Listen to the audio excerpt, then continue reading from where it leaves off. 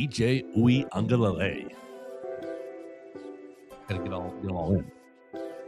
This is the Joe Gaither Show on BamaCentral.com. Tua Tagovailoa. Nnamdi Asomugha. Good morning, Tuscaloosa. Good morning, Tuscaloosa, West Alabama. How are we doing today on a Friday? Happy Friday. You've made it to the end of the week. It is the Joe Gaither Show on Bama Central, BamaCentral.com. Hope you and yours are doing well. We're live in the Derek Daniel State Farm Studios on the Bama Central Facebook page, Bama Central YouTube channel. You're listening to us on Apple Podcasts, Amazon, Spotify, wherever you get your podcast. You can find the Joe Gaither Show on Bama Central, and we're going to have a great day because it's opening day. It's the first day of college baseball season, and we have the Bama Central baseball writer, Theo Fernandez, in the studio with us today. Make sure that you follow Theo Fernandez at Theo Fernandez _, right there on the Twitter machine. Leave him a like, leave him a comment, question, query, a complaint. Give him a little bit of props for battling through. He's still got the sniffles today, so if you hear all that, I'll go ahead and apologize for him, but compliment him for his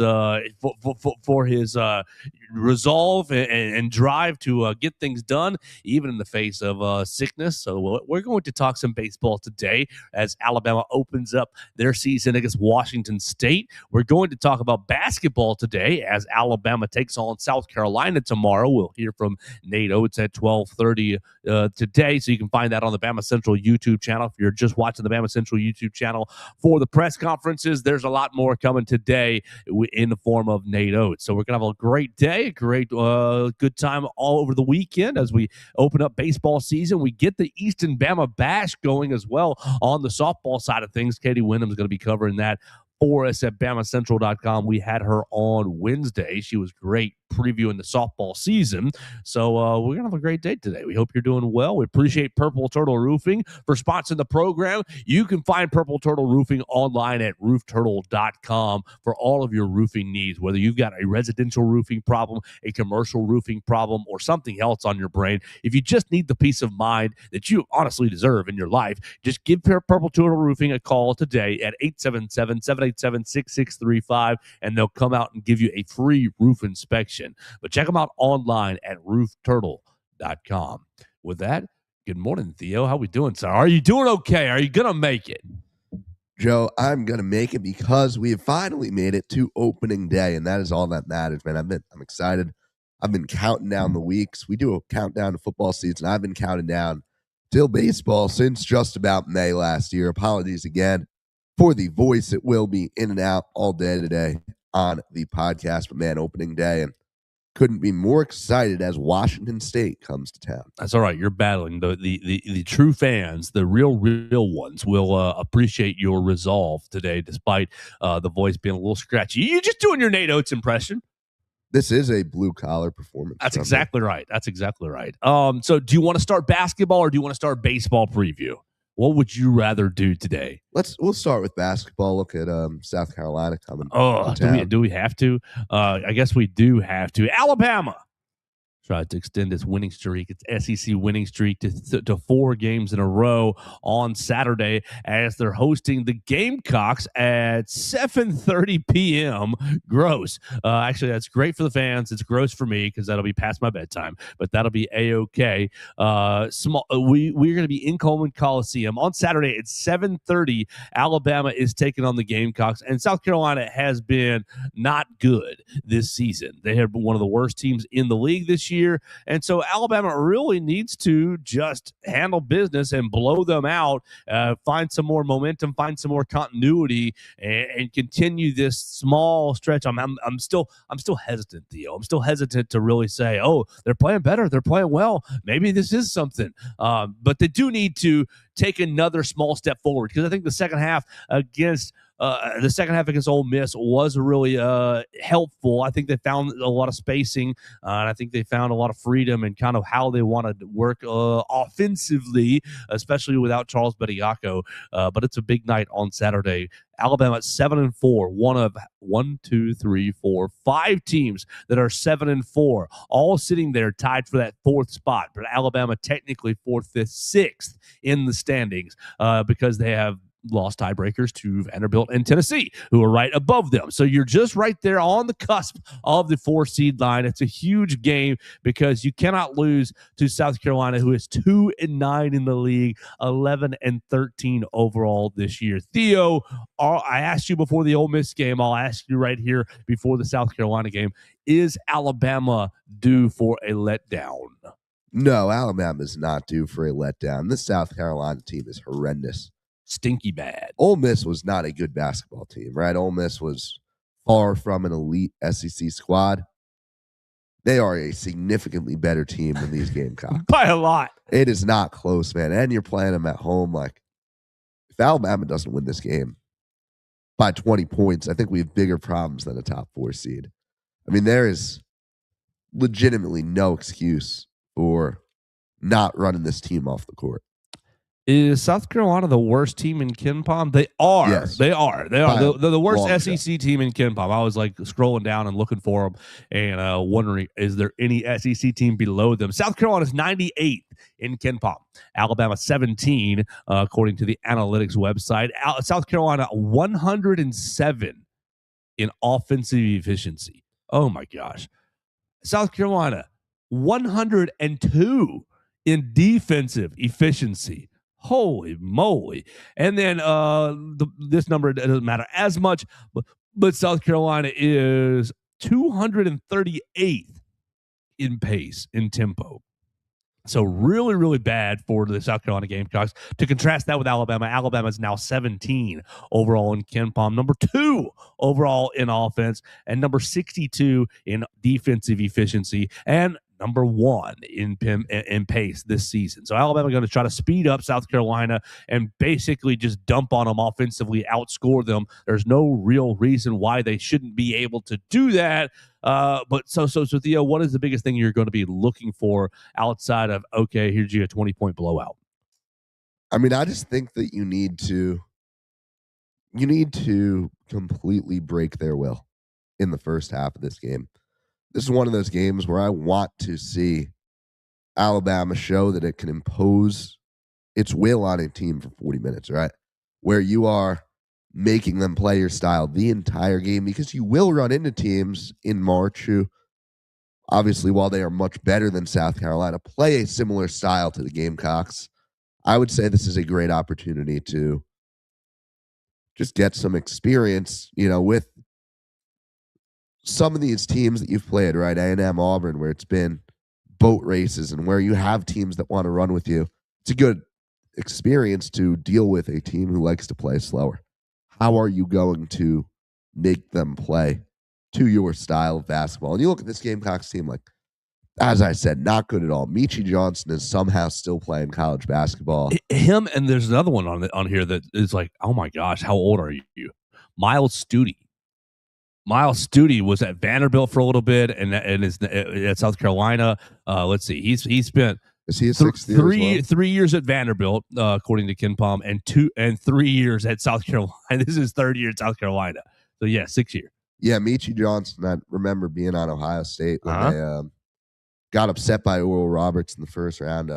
2 years at Ohio State, 2 years at South Carolina, back to Ohio State in 2005, and then back to South Carolina in 2026. And crazy. It is, and they have some fun players, man. My favorite on the team is the guy whose name I will not even try to pronounce. Their Mongolian product who started at Dayton and has played at 4 schools in 4 years, came over from Utah. And again, first name is Mike. It's easy. I'm not even taking a stab. Mike S. Name. Mike Shara Yatmas. Shara Vatmas. I'm not. I surely butchered that. Sharavatnus. Yeah, I think stuff would start levitating in the room if I tried to say that name. So I'll hold off on that. Yeah, that's true. Sharavatnus is Mongolian. Dayton Flyers. All right, well, great. He's gonna be a lot of fun, I'm sure. Averaging 10 points, 5 rebounds a game, two assists per game for Mike S from Mongolian. Mongolian Mike is Mongolian Mike. There we go. 6'9", 195. Mongolian Mike is going to be coming into town to play some guard. So look, Theo, we're going to talk baseball in a second, but let's use the basketball game since we're starting right there by taking a pivot. You should beat South Carolina by like 20. You should beat South Carolina by double digits, 12 or more, right? We heard from Rob Vaughn yesterday. Rob Vaughn said Washington State struggled last year. I don't follow college baseball at all, so I'm just taking him at his word. 18-36. Very bad. Okay, perfect. 18-36. Perfect. So theoretically, Alabama baseball probably gonna be in a good spot on Saturday. Yes. Right? You got Zane Adams starting on Saturday. We'll get to today's game in just a second, but I'm just setting up this little scenario. On Saturday, Alabama's taking on Washington State. You probably are going to see a win right there. And then you're probably going to see a win on Saturday night in Coleman Coliseum. So is it really romantic? I mean, look, everybody, if you don't know what the calendar is, tomorrow is Valentine's Day. Make sure that you get your card, get your flowers, get your chocolate, whatever it is that your significant other likes, get that for them. Make them feel good, right? But for Valentine's Day plans, look, you don't want to go to a restaurant because every restaurant is packed. Every restaurant's got the couples thing going on, and every restaurant's got a 3-hour wait. One year I waited at a local Tuscaloosa Italian spot for about 2.5 hours on a Valentine's Day. That was a mistake. That was a young man's rookie mistake. So all these restaurants are going to be busy, right? And most of you are like, well, maybe I want to cook, maybe I don't want to cook, whatever. Is a double date to the Joe and Coleman Coliseum, is that romantic enough to set the stage to make your significant other feel, valued, appreciated, quality time? I mean, you're going to let your significant other probably see 2 Alabama victories. Like the moods are going to be high. Probably, little Justin LeBron home run, it's Justin Osterhaus, right? Yeah. Little Justin Osterhaus home run as well. You're going to see Zane Adams, couple strikeouts. Boom, you end the game, and you bounce on over to Coleman Coliseum, and then it's Latrell Wrightsell and LeBaron Philon raining threes on you, Aiden Holloway making it happen, and Alabama pulling away a 20-point victory. Is that romantic? Is that where would you rate that on? Valentine's Day plans. That's a 10 out of 10. No, that's a 0. Don't do that. Well, Joe, I'm probably not the guy to speak on this. I'm a little scared of talking to women around here. No Valentine's date for me, but because you're going to be working. I would greatly appreciate a girl who'd want to go to both of these games, right? I think. But we also have lady listeners too. Right. I think, you should want to go to the Joe and to Coleman, right? That sounds like a fun Valentine's Day. You'll get extended time with your significant other. Yeah, you get to hang out with them the whole day. You get a hot dog at the baseball game. You get barbecue nachos at Coleman Coliseum. They'll cost you $40. Pay as much for food at those games as they would in an actual restaurant. Exactly. So I don't see the problem. Couple beers here and there, maybe a mixed drink they put in the can. I don't know. You can bring in a 6-pack or whatever to the baseball game. Okay, yeah, perfect. You set yourself up right there, and then you're going over and buying the,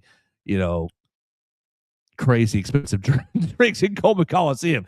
So am I off track here? Is this a good or a bad date? Well, I would imagine that there will be a fair amount of arguments that arise among couples, right? Over, no, I want to go to an actual restaurant. I don't want to go to 2 sporting events on Valentine's Day night.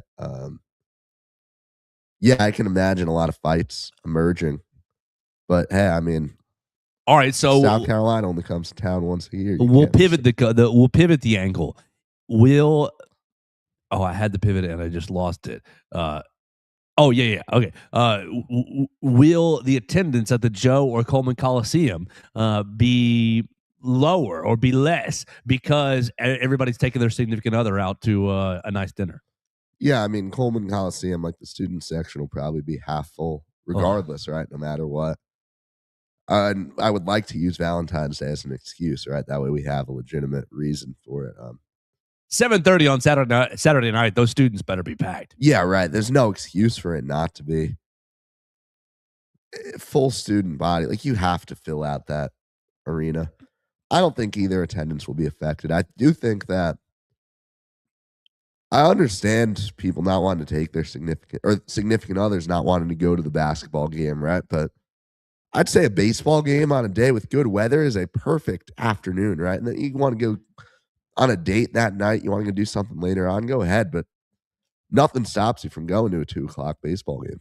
Sounds perfect. So 2 o'clock baseball game, go home, shower, and then go to your nice dinner. That's a perfect night right there. There you go, right there. So I think Alabama's going to be pretty victorious on Saturday night with the basketball. And really, for me, the biggest thing that I'm going to be looking for, I asked you, but more of what we saw from Aiden Sherrill. You've got to give you something offensively to where you're affecting the spacing. I think that you had a couple of rim rolls on Wednesday night that were effective. Obviously, we know that he's like to take the 1 or 2 3-point shots a game, and I'm fine with that because he's made enough of them to be effective. But to me, it's Aiden Sherrill being an effective offensive piece, staying out of foul trouble. Golly, because that's probably your most important thing the rest of the year is keeping Aiden Sherrill out of foul trouble based on the lack of depth in the front court.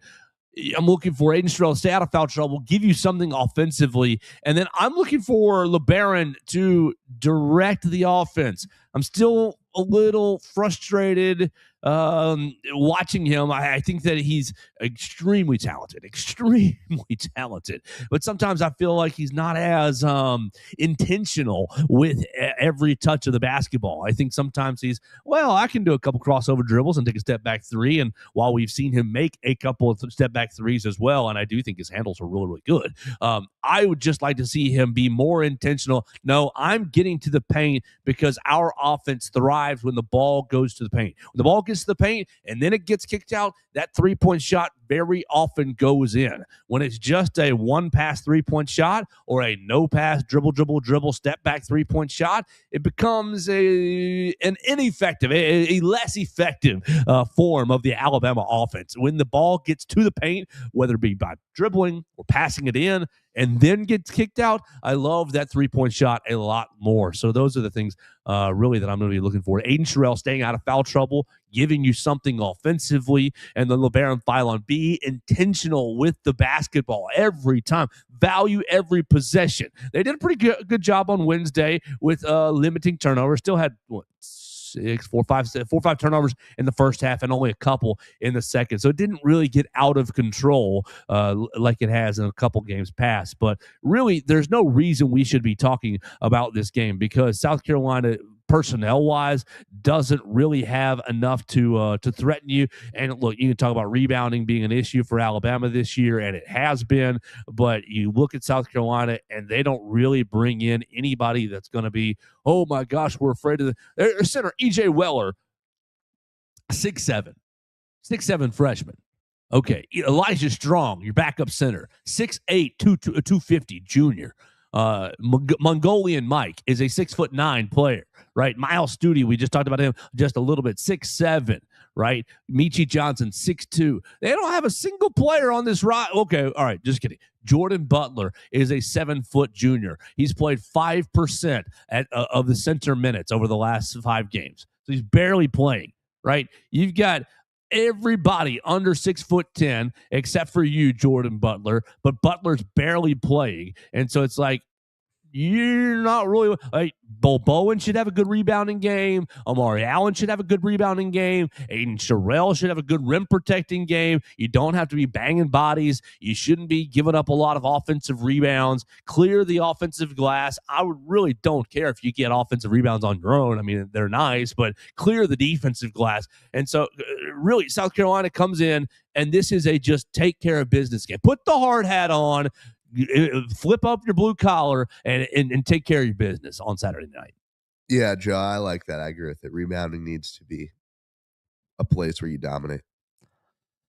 So Alabama taking on South Carolina. Huge favorite. Ken Palm, in case you're wondering, has Alabama as 91-74 victors on Saturday. So not close at all. And so we'll see if they can get close to that. Theo, I went first last time, and I think I ripped off maybe a score that you wanted to give. What would be your prediction for this Alabama game against South Carolina? I think we will have pure domination by the Crimson Tide. I'll go.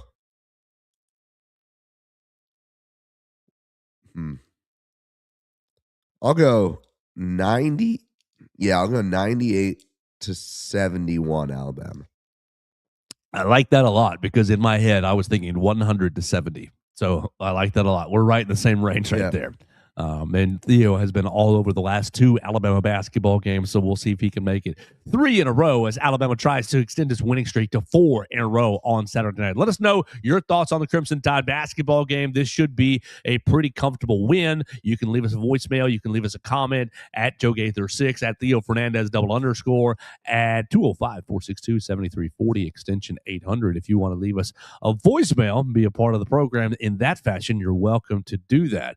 A little quick aside, we want to say happy birthday to Alabama sophomore Dijon Lee. It is his birthday. I guess technically he's still having his second semester freshman year, but you roll those babies on through. He's a sophomore. So happy birthday, Dijon Lee. I'm sure he is 19 or 20. What do you think? He'll probably just turn 20, right? That's right. Well, I think he probably is. So no galettes for you this weekend. If he wants to get Nicolettes, he's going Nicolettes. Oh, yeah. He's living under different rules. Yeah, he is 20 today. Yeah. So you got another year before you can get into Rounders. Sorry, buddy. No, Rounders is the freshman bar. Rounders is the everyone walks. Oh, man. Theo, why don't we look? I only have this baseball preview, and that's the only other thing that I wanted to talk about today. So before we did that, I want to ask, do you have any other things that we missed or should be talking about? Do you want to talk about Bruce Pearl? Bruce Pearl coming out this week and essentially slamming NATO. It's for NATO. It's saying I would do it 100 times over 100 after the on Tuesday. On Tuesday, the ruling, the Monday night ruling on Tuesday, he basically come out and said, I would do it 100 times over 100. And Bruce Pearl ends up going, well, NATO, it's clearly doesn't care about the SEC. He doesn't care about the NCAA. All he cares about is his own team is winning, and he doesn't care about being a part of a league. Is Bruce Pearl lost the plot? I think he has, especially when you have Stephen Pearl going out and speaking about, he said he almost felt bad for Bediako and hoped that the NCAA would put him in a good position. So I just think it's unnecessary slander out of Bruce Pearl.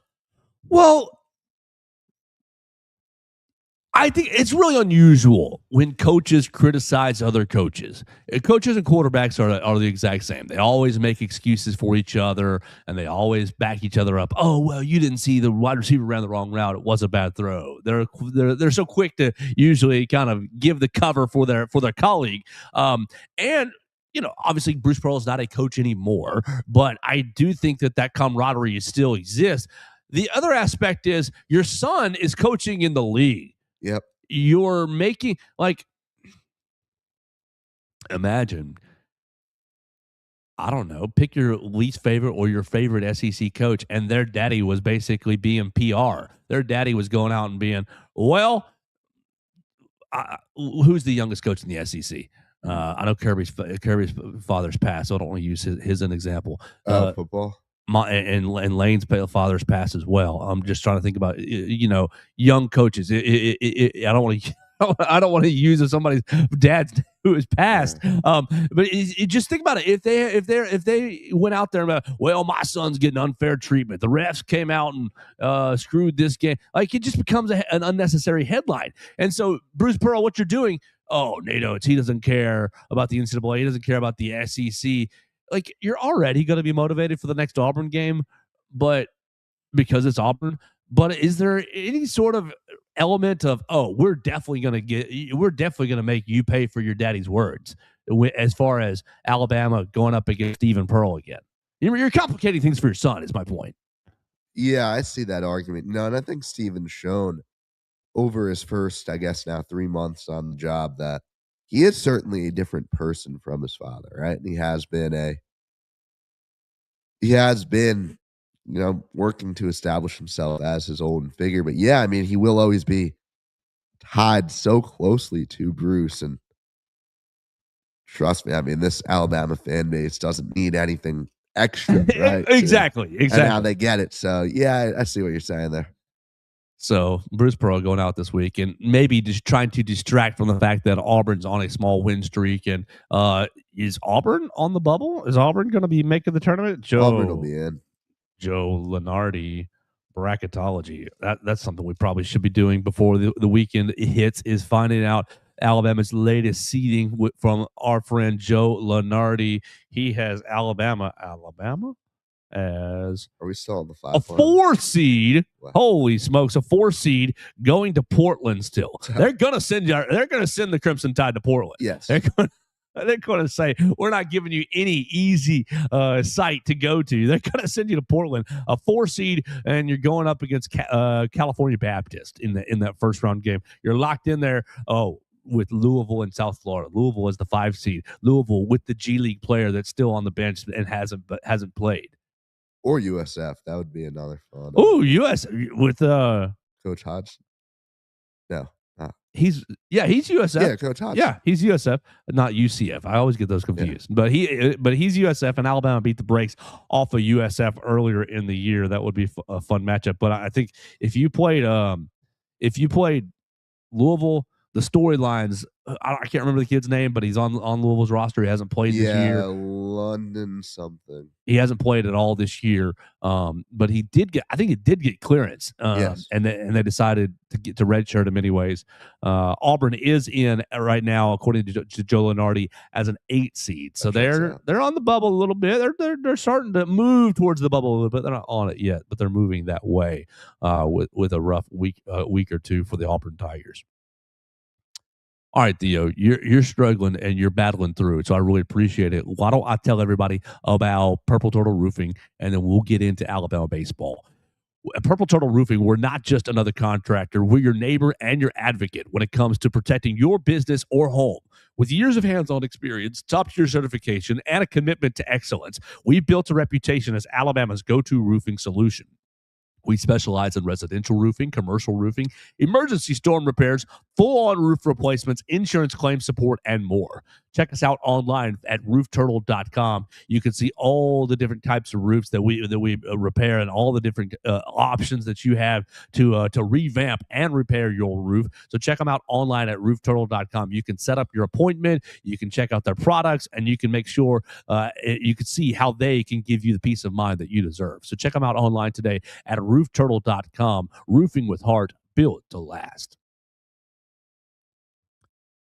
All right, Theo Fernandez is hanging out with us on baseball's opening day. Follow him at Theo Fernandez _. He's going to be in Sewell Thomas Stadium later on today as Alabama takes on Washington State at 2 o'clock, right? 2 o'clock first pitch. First pitch, excuse me. Theo, a lot has been made about this baseball team. Obviously, last season, really, really heartbreaking end in the regional down there in Hattiesburg. I was down there, and it was pretty rough. You were with us, too. Yeah, me and Will. Goodness gracious, the time flies. It does. Really had a game won and lost it, right? If I remember right, in just really heartbreaking fashion to be eliminated and have their season end. Well, you bring back Justin LeBron. You don't lose him in the transfer portal. You bring back a couple other key pieces, especially Zane Adams being one of them. Let's just go broad picture. What do you think about the job that Rob Vaughn did in the offseason to get the roster to where it is today? I think it's his most talented lineup that he's had. There are a lot of questions, rightfully so, around the pitching on this team. But Alabama, every single day this season, all 56 regular season games, will be bringing out a 1 through 9 lineup that can compete with just about anyone in the nation.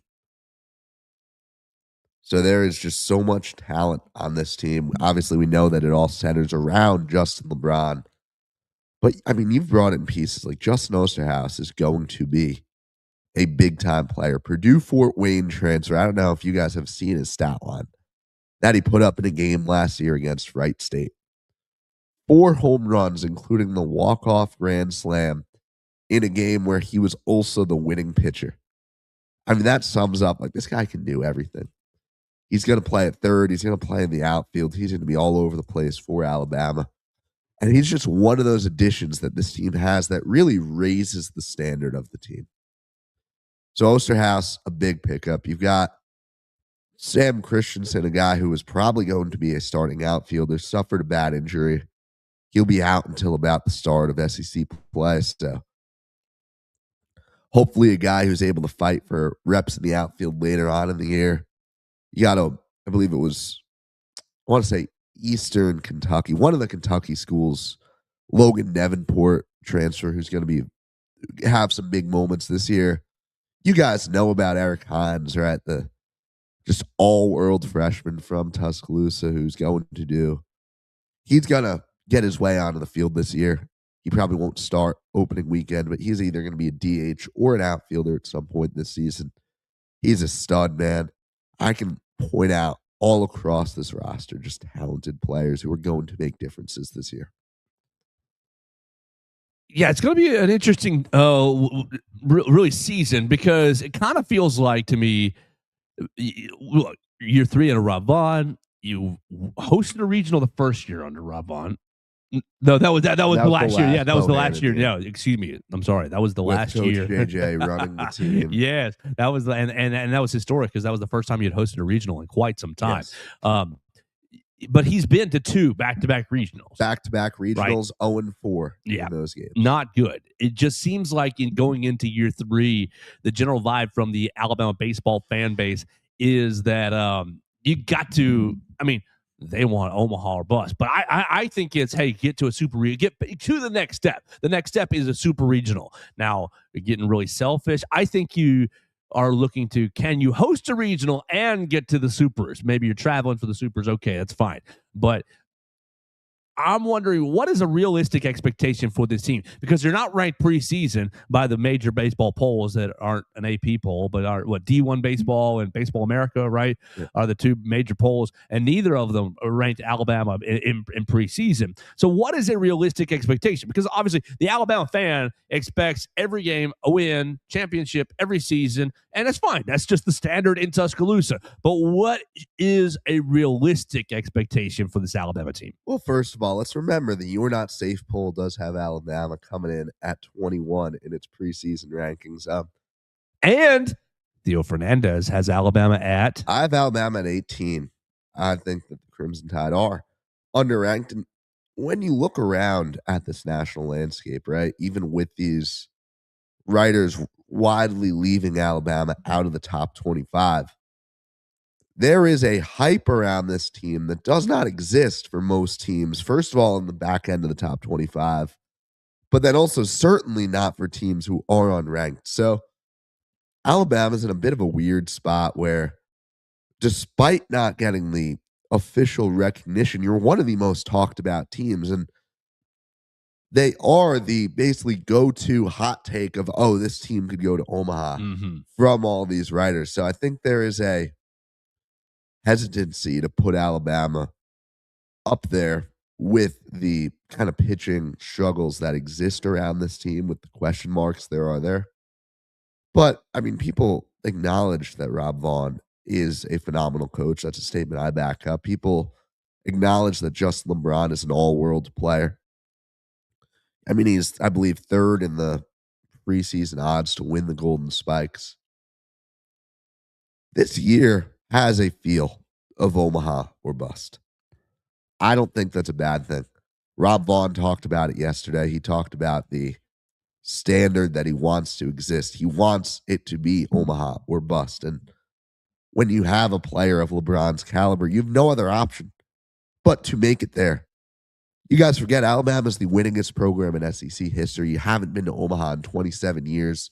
You have one of the best players in program history. You have to make a run this year. I don't think the fan base, coaching staff, roster, administration, anyone involved would be happy with the super regional. Really? Even though that's a step forward and you haven't been to the Supers since you went to Wake Forest that year. 2023. Right, right, and lost. Well, quite frankly, that's a very small step forward. Okay, that's fine. But just to me, as a baseball casual, that just feels like, oh, you made it to the next round. There is a feel of Omaha or bust around this team. Okay, so what happens if the team starts to find adversity? Because look, this year, this program, ever since I've been kind of looking at it, you've had. I don't even want to speak the pitching injuries that you've had over the last 5 years that have just oh man, this pitcher, our ace, was supposed to be the guy out for the year based on, elbow this, leg that, arm, hand, finger, whatever the case may be, ligament. What happens when adversity strikes? Do you think this team has enough depth to overcome, the inevitable adversity of a season? I do, and I think that the depth is what makes this team so special in many ways. And it was weird. Last year brought about just about the least amount of adversity that a baseball team will ever see, right? Like, you avoided bad injuries. You went the whole season without losing a midweek game, which has never happened in Vaughn's career. You were healthy. Like, that doesn't happen often, right? Stuff will go wrong this season. It already has with the Sam Christensen injury, right? You lose one of the guys he thought was going to be a key player for you. Matty Hayberger was injured all throughout the fall. He's a guy who many thought would be starting as the third weekend guy, right? Excuse me. You've already had adversity come up. It's going to continue to. I just think that this team has so much depth, and it is a blessing for this roster. Like, you have 3 catchers who Vaughn views as basically being on equal footing, right? Where he basically said that if a pitcher comes to me and says he likes throwing to this guy, I'll probably just let him throw to him. How few teams get that luxury in any given year, right? It's a small detail, but it's the kind of detail that separates a team from making the regional versus winning it. When you look at, you've got Johnny Lem, the Australian, you've got Brady Neal, who had some big moments last year, and you've got Will Plattner, the team captain, who probably won't even be the full-time starter. Luke Vaughn's another guy who was a catcher and now will probably move to the outfield just because it's so loaded. Like, you have depth everywhere. Like I said, I mean, Chase last year at third base. He's starting the season at first while Justin Osterhaus plays at third. But Torres could come in at third and Osterhaus moves to the outfield, and you can do so many different things with the lineup, right? You just have so many areas where you can move guys around. You've got Bryce Fowler and Peyton Steele kind of having locked down 2 of the spots in the outfield.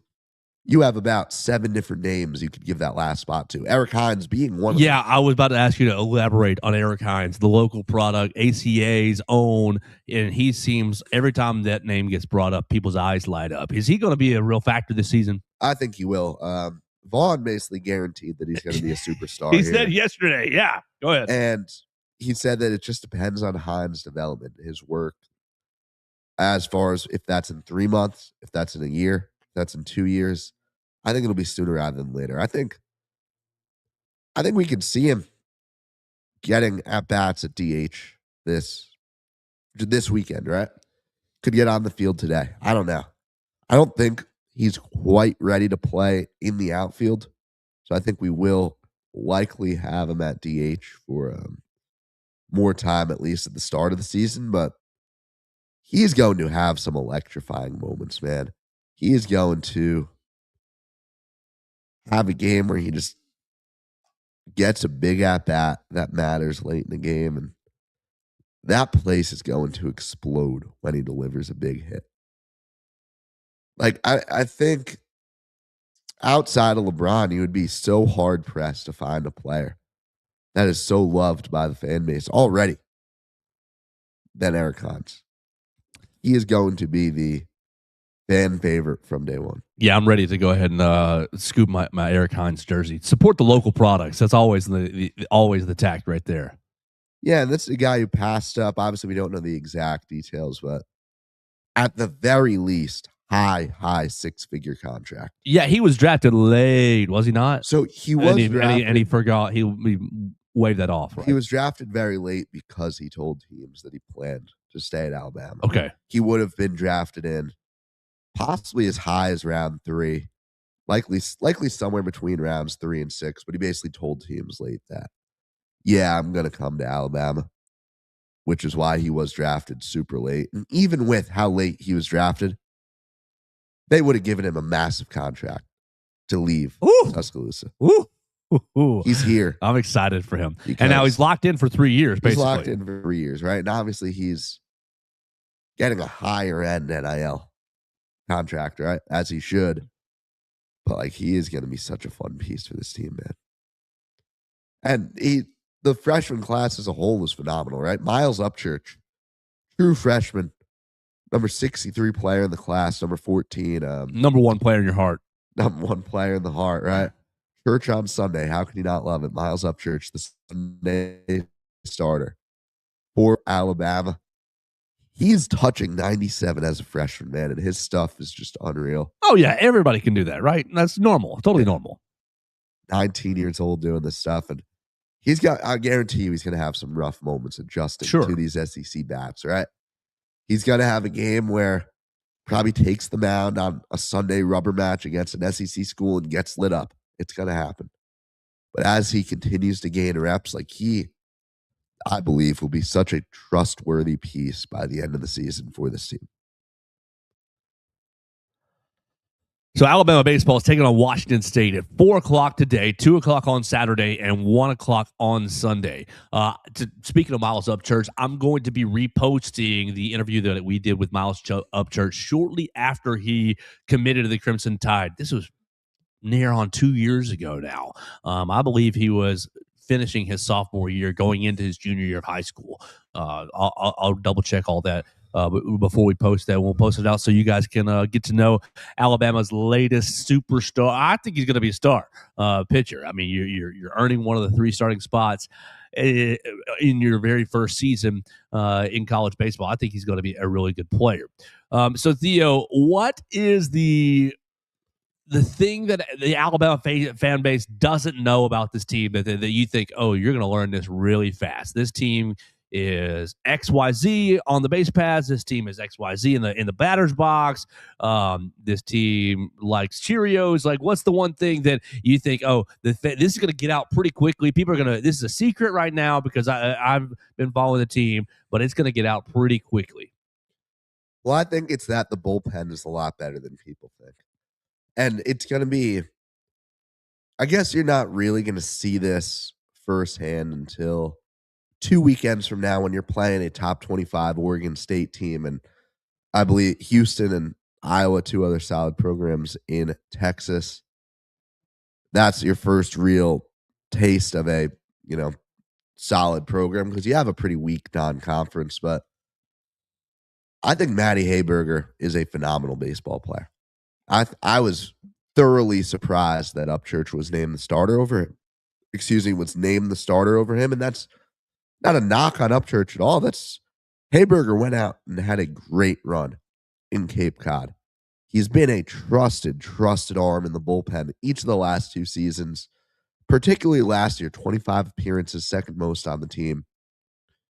He's kind of your face. There, you've got guys like Austin Morris, JT Blackwood. You have names in the bullpen.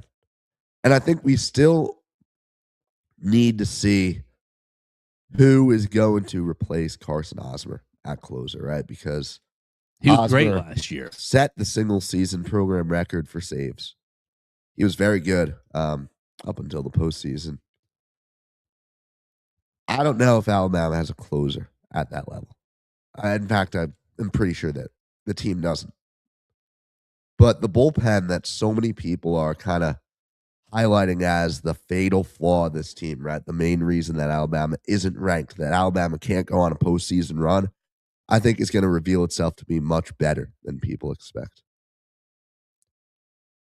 We're hanging out with Theo Fernandez covering Alabama baseball for BamaCentral.com, and we're previewing the season as it opens today against Washington State.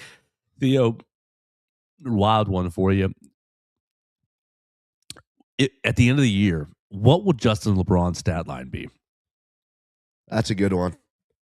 So LeBron batted .350 last year, 18 homers, 72 RBIs. Dang, right off rip, you have that. Great job. And that was with a very, very noticeable slump right around the start of SEC play. What did you end up saying now that I have this up?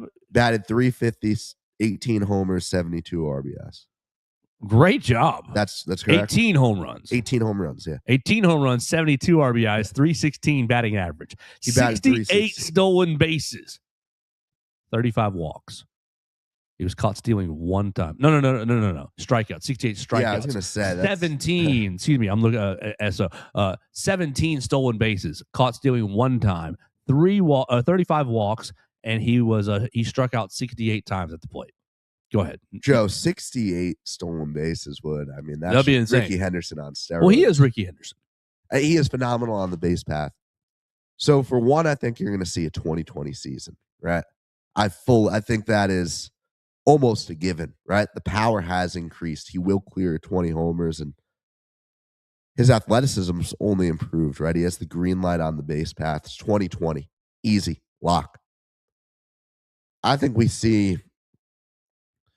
It's hard to say on the RBIs, right? Because you had the luxury of hitting behind Cade Snell last year. You had a guy who was getting on base just so prolifically last season. And I don't know that Alabama has I don't know quite what the lineup's going to look like. Even Rob Vaughn yesterday said that he doesn't know exactly what he's going to do full time as far as who's hitting ahead of LeBron.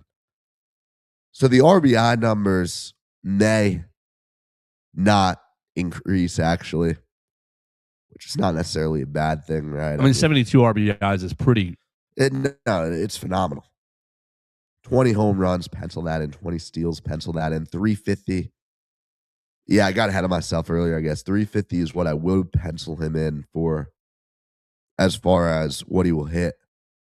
You look at LeBron, the biggest flaw, if we're being frank, only flaw in his game is that he really struggles with breaking balls.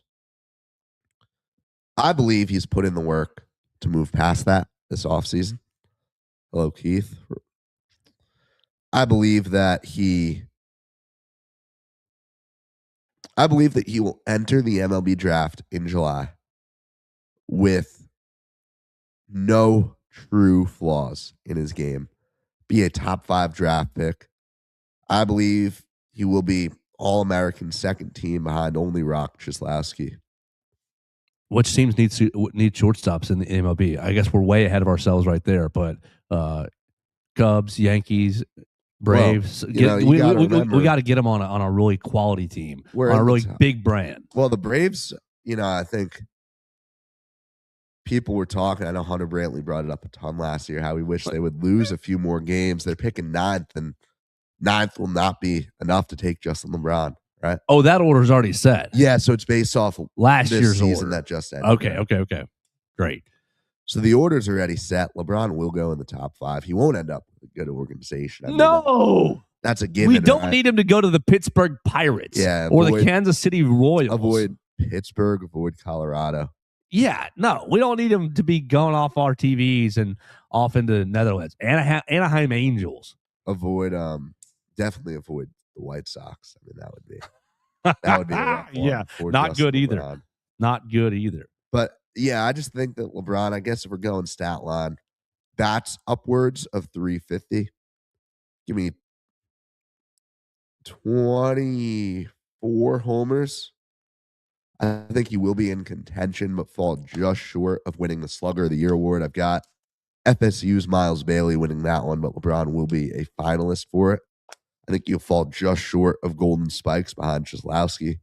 And I think he will be the All-American second team shortstop, All-SEC first team, possible SEC player of the year. Like, he will bring home a lot of awards. So, yeah, I guess to finish off 350 average, 24 homers, 21 steals, 75 RBIs. There we go. You need to be at the Joe to see Justin LeBron before he takes over the MLB. I got one more question for you, but I'm going to address Keith Connell first. Big win in Oxford talking about basketball. Maybe we're starting to figure it out at the right time. Maybe we're starting to even it out at the right time. Keith, we talked about basketball at the very beginning of the program. I appreciate your comment very much, but I want to ask you, Keith Connell, you can type this comment in while I address Theo. About to predict the game tomorrow. Will Alabama have a letdown? Will Alabama have a letdown against South Carolina? We talked about it maybe being a letdown against Ole Miss. That didn't happen. They shot the lights out in the second half. South Carolina, bad basketball team. What's the biggest thing you want to see tomorrow night, Keith, with the basketball game? And you can leave us a prediction as I address Theo one last time, and we're going to shut down this program. Theo, yesterday we were over there with Rob Vaughn, and on the basketball theme, I thought Hunter Brantley asked a brilliant question. Yes. I thought that he really asked a great question, tying the Charles Bediako story into baseball. Essentially said, you know how it works with baseball. The high schooler signs with the pro team, doesn't go to college, and he's in the minor leagues. And Hunter had two guys that had signed with Alabama that opted for MLB draft. I can't remember their names, but he basically said, Coach, what if player A and B wanted to leave minor leagues and come to Alabama, actually do what they committed for? Obviously they committed to Alabama, then went to the MLB draft. Would you take player A and B? I can't remember the names. I'm sorry. Hunter was more research than I am. And Rob Vaughn was like, I think, intrigued by the question. I thought Rob handled it very well. I mean, it was exactly what you would have expected. It was, well, we have to see, but obviously we support our team and want to make our team the best we can, and want to all the right words. There wasn't anything really juicy to me like, yeah, we're trying to scout these minor league players right now. No, it was none of that. He did say that he wouldn't be surprised if it happened in the future. Player left minor leagues and tried to come to college baseball, but essentially it was like, well, we'd have to take it on a case-by-case basis and see how it fit for our team and make our team the best we can, and yada yada. What did you make about that? And I had never even thought about it. But Hunter that was a really smart question, I thought. Will we see, or do you think that it will happen in college baseball either this year or in the future, where a minor leaguer who, hey, I committed to Alabama, I went pro, but I'm still stuck in AA, and I've been stuck in AA for 2 years now, and I think that I could really use a college degree. Do you think that something like that would happen?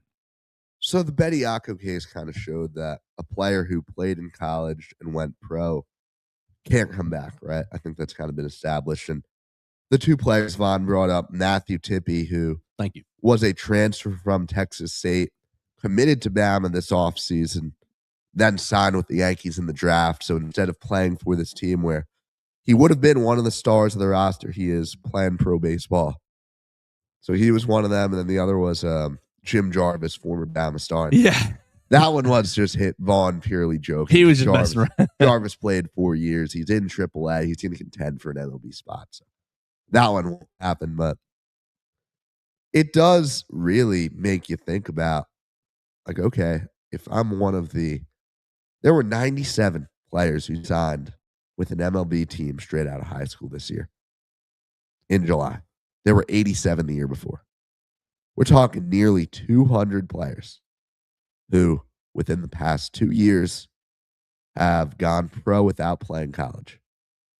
If you, hypothetically speaking, have that 5-year clock of eligibility, right? Why can't you come back to college, right? I mean, I think the rules have shown that guys technically can do that. And especially, I guess, if you go back even further, right? 3-4 years ago, guys who would still be within that 5-year window, you have plenty of players by this point who can see, like, oh man, like, I made the wrong decision. I didn't think NIL would be a thing like this. It doesn't look like I'm ever going to make it out of AA. I would like a scholarship to an SEC school. I would like to, with a communications degree on the back end, get a comm degree and make NIL money and be a hero at this campus. it's objectively a better experience than being a minor league baseball player. Ride the bus, buddy. Right? Like, there's no question about that. I'm surprised that no one's tried it yet. And Vaughn did acknowledge, he ended the statement with basically talking that he thinks a lot of those loopholes will be closed. He does believe that we will have a, quote, return to normalcy. If the NCAA doesn't bring about these sweeping rule changes that we're expecting, I guarantee you someone will try it in baseball. I guarantee it. That next season we will see pro players playing college baseball. Yeah, at Tennessee. At Tennessee. Hey, Tony V's gone. Right, but the new coach is going to be he basically was just promoted from one of the assistant coaches, right? Yes. He's just going to keep the Tony V vibes going. Well, let's be real. Anyone would do it. Vaughn would do it. I guarantee you that. Jay Johnson would do it. Who's the young man, I'm sorry to put you on the spot, who signed with us out of high school and then got picked up by the Padres? Oh, I don't know if he's still there anymore, but yeah, he's probably only been with the Padres for a couple of seasons now. You probably can get him out of AA, out of AAA. Yeah, like it stands to reason that swap that wooden bat for an aluminum bat. Yeah, and then it's the Bediako thing on steroids as far as actually boosting your pro stock, because like Bediako. It's hard to describe. Like, I think we knew that Bediako probably wasn't going to establish himself as a real NBA draft pick, right? Agreed. These baseball players absolutely can. When you look at the draft, right, and we're in an era where more college players are being selected than at any time, right? There's more pro talent in college baseball than ever before. There are, like, the SEC, you look at how fast these guys are making the trip through the minors, right? When you come from the SEC, you play 3 years of high-level baseball, and you're in the pros 2 years after being drafted. There is legitimate windows for guys who have struggled in the minor leagues to come in, dominate the SEC for a season, and then be fast-tracked to the MLB. I think it could be a complete game changer for the sport, for the way pro athletes are developed. I just think it could completely flip college baseball upside down.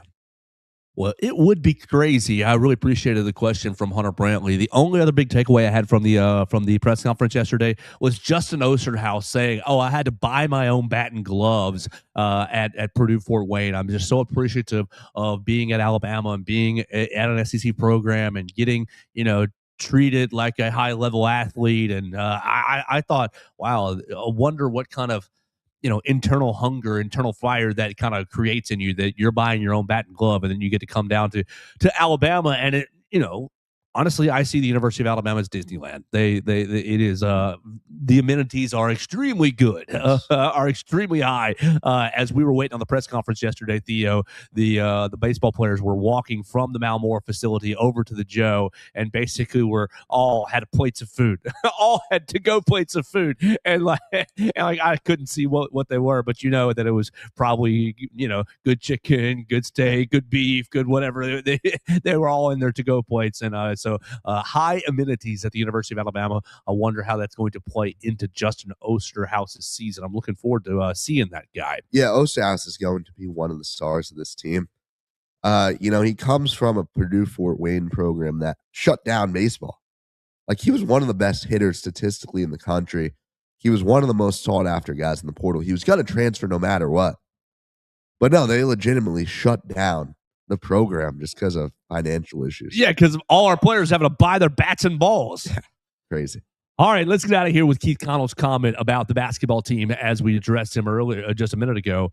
He's coming back and basically saying we're shooting 45% from three in the last 5 games. That's crazy, especially considering how bad you shot in the first half against Ole Miss. You were at like 17% for a little while in the first half. We're shooting roughly 45% from three in the last 5 games. Maybe Trelly is finally starting to get healthy and everyone is understanding their roles and gelling. I think we win big tomorrow night. I can't disagree one bit right there. I think you're right. And look, as much as the team is probably better in the front court with Charles Bediako, I think that also added complication to the rotations. Nate's been complaining about not being able to get rotations down because of injuries. Well, you add in another element, and I think it complicates the rotations even further. Now, you remove that element. I think that what it does is limits your options a little bit, but I think it maybe defines your roles a little bit more because, hey, this is who we got. This is the team, and let's go forward. I like what you saw in the second half